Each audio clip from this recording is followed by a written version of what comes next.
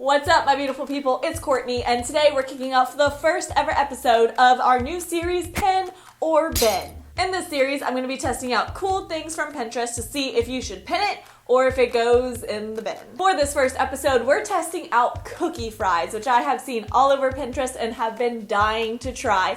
This was first created by The Cookie Joint and made popular by some state fairs in Texas. To get started with this DIY, I bought some pre-made cookie dough because ain't nobody got time for that. Ain't nobody got time for that. I really missed 2012. Holy shit, that was a long time ago. The bad thing about this was Pinterest had a lot of pins of pictures, but no actual recipe or directions from how The Cookie Joint and the Texas State Fairs do it.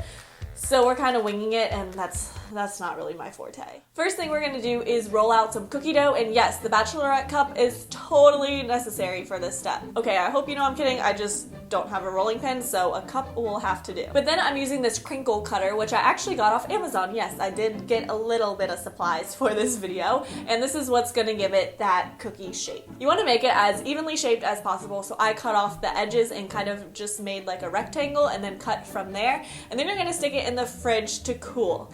If I could just find some space in here, we'd be doing good. By really chilling the dough, I felt like this would help it keep its shape, so then I went ahead and stuck it in the oven and just followed the baking instructions, keeping an eye on it because my french fry shapes aren't exactly the size of a normal cookie. So once I pulled them from the oven, unfortunately, kind of like I was expecting if I were to just bake them, they did come out a little chubby. Now we might get a little chubby eating these, but we don't want them to be all fat and not fry looking because that defeats the purpose. Scratch that one, on to test number 2.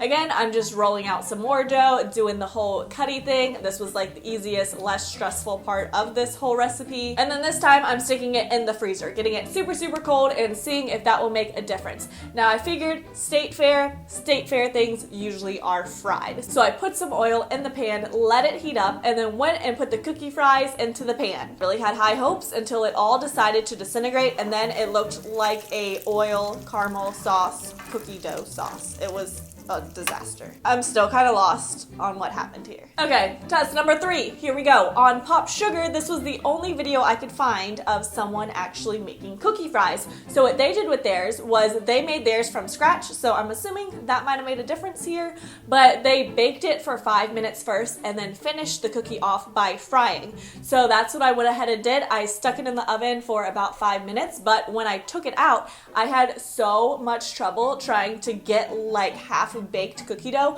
off a cookie sheet. Without even worrying about the shape, I just decided to plop some of that into the oil just to see if it would work this time and not disintegrate. But no, I really don't know like the science behind this. I know one of you guys probably know why this is happening, so I'm sure you're gonna let me know in the comments down below, but I'm still clueless about why this is dissolving in the fryer. So trial number 4, we're gonna get some cookie fries, even if we have to fake it, because let's be real, that's what a lot of tutorials on YouTube do. I know. So I went back to the thing we did in test 1, which was just baking them shaped like fries. Simple baking, not as unhealthy as frying, but still very unhealthy. I mean, they're cookies. So after we baked them, I let them cool, pulled them out, and you know what? I just recut them to look like fries. Now yes, this does waste some of the cookies, but trust me, it didn't go to waste. While I was doing this, I was thinking I probably should have done just like a cookie dough sheet, just like a rectangle of cookie dough, and then chopped it from there. I think that would have been the best bet. But hey, at least we have something now that pretty much looks like the crinkle cut cookie fries. And to finish it all off, we're gonna make a fry holder, which is gonna be the most useful thing you probably learned from this video. So you could take some wax paper, parchment paper, anything will pretty much do, and you're gonna do some origami to it and just watch what I'm doing because it's really hard to explain it, but you basically just do a bunch of folds. Really, really simple. Use a piece of tape to secure it if you want, and then you have a fry holder. And ta-da, you stick the fries in it and you look like you just walked through the McDonald's drive-thru with this sorry excuse for fries. So despite the hassle I had with this cookie fry tutorial, I honestly thought it would be a lot easier than it was. I really thought it would be so simple to do. But, you know, the good thing is they all still taste good. They're all still cookies, with the exception of the disintegrated dough. So I can't complain too much, but this one isn't quite a pin.